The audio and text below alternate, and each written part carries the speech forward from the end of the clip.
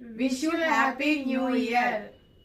So నేను చెప్పేది ఏంటంటే ప్రతి సంవత్సరం మనము చాలా మంది ఈ సంవత్సరం మనము ఎంత ఇంప్రూవ్ అవ్వాలి ఫైనాన్షియల్లీ అని మాత్రం ఆలోచిస్తారు.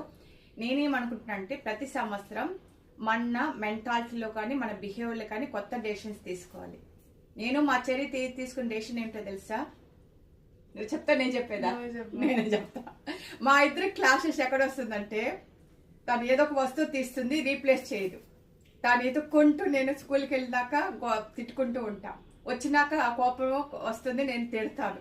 మా ఇద్దరికి ఉంటున్న ప్రాబ్లం అది. ఈ ఇయర్ తను నా దగ్గర ప్రామిస్ చేయించుకున్నాను, ఒక వస్తువు తీస్తే తిరిగి అక్కడే రీప్లేస్ చేయాలి, నాకు ప్రాబ్లమేటిక్ కాకూడదు. అది మే ఇద్దరం తీసుకునే డెసిషన్ అనమాట. మా ఇద్దరికి వస్తున్న ప్రాబ్లం మేజర్గా అదే అనమాట. సో ఇయర్ ఎంతవరకు ఫాలో అవుతుందో మార్చాలి. నేను కూడా కోప్పడి తిట్టేస్తూ ఉంటా. సో నేను కూడా తిట్టకుండా కంట్రోల్ చేసుకోవాలన్నమాట.